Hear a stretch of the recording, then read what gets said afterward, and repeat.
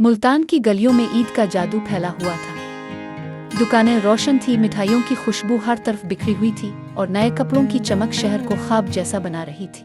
आयशा अपनी बहन के साथ लिबर्टी मार्केट में शॉपिंग कर रही थी। वो एक खूबसूरत मरोआन रंग का अनारकली सूट ट्राई कर रही थी। आईने के सामने खड़ी वो खुद को देख रही थी कि अचानक इसकी नज़र शीशे के बाहर खड़े एक लड़के पर पड़ी। लंबा कद, सिया शर्ट, मोड़ी हुई आस्तीनें और गहरी आंखें। इसका नाम ज़ैन था। वो अपने छोटे भाई के लिए करता देख रहा था, मगर उसकी नज़रें आयशा पर ठहर गई। आयशा जब सूट पहनकर हल्का सा झूमी तो ज़ैन दिल ही दिल में बोला, आ अल्लाह, कितनी खूबसूरत है। आयशा ने भी उसकी नज़रें महसूस की। इसने फौरन नज़रें झुका ले, मगर फिर भी बार बार उसकी निगाहें उसी तरफ जा रही थी। जब वो ट्रायल रूम से बाहर निकली तो ज़ैन इसके करीब से गुजरा और मुस्कुरा कर बोला, ये सूट अब पर बहुत खूबसूरत लग रहा है। आयशा का चेहरा सुर्ख हो गया। थैंक यू, इसने धीरे से कहा और जल्दी से अपनी बहन के पास चली गई। लेकिन इस रात इसे ज़ैन की गहरी आंखें बार बार याद आती रही। अगली सुबह आयशा के फ़ोन पर एक अनजान नंबर से मैसेज आया। कल वाला मरोआन सूट वाकई आप पर बहुत खूबसूरत लग रहा था ज़ैन। आयशा हैरान रह गई। आपको मेरा नंबर कैसे मिला? ज़ैन ने जवाब दिया, आपका एक कार्ड गिर गया था, मैंने उठा लिया।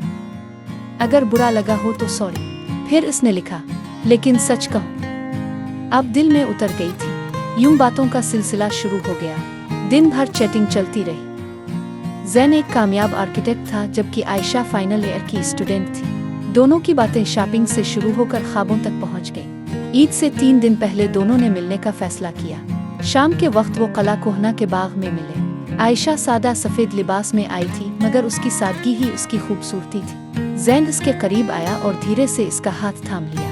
पहली बार किसी को देखकर दिल को इतना सुकून मिला है। आयशा शर्मा गई, मगर इसने हाथ नहीं छोड़ा। दोनों देर तक बातें करते रहे। ज़ैन ने बताया कि इसने पहले कभी किसी के लिए ऐसा महसूस नहीं किया।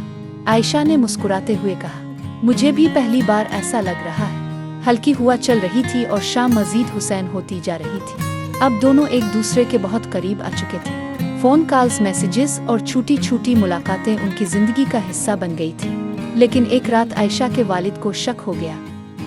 उन्होंने इसका फ़ोन देखा और ज़ैन के मैसेजेस पढ़ लिए। अगले दिन उन्होंने सख्त लहजे में कहा, आज के बाद इस लड़के से कोई राब्ता नहीं होगा। आयशा खामोश हो गई, मगर उसका दिल टूट चुका था। ईद की सुबह आयशा बहुत उदास थी। अचानक इसके फ़ोन पर ज़ैन का मैसेज आया, मैं बाहर खड़ा हूँ, सिर्फ एक बार आ जाओ। आयशा हैरान रह गई। वो आहिस्ता से बाहर आई तो देखा ज़ैन सफ़ेद कुर्ता पाजामा पहने खड़ा था। इसके हाथ में फूलों का खूबसूरत गुलदस्ता और एक छोटा सा बॉक्स था। ज़ैन ने फौरन आयशा के वालिद को सलाम किया और एहतराम से कहा, सर, मैं आयशा से बहुत मोहब्बत करता हूँ, मैं इससे निकाह करना चाहता हूँ। आयशा के वालिद पहले खामोश रहे, फिर ज़ैन की सच्चाई और इज्जत देखकर उनका दिल नरम पड़ गया। ज़ैन ने आयशा की तरफ देखते हुए बॉक्स खोला। इसमें एक खूबसूरत अंगूठी थी। आयशा, क्या तुम मेरी जिंदगी बनोगी? आयशा की आंखों से आंसू बहने लगे। इसने मुस्कुरा कर हाँ में सर हिला दिया। ईद की रात चांदनी से रोशन थी। छत पर ठंडी हवा चल रही थी। ज़ैन ने आयशा का हाथ थाम कर कहा, हर ईद अब तुम्हारे साथ मनानी है।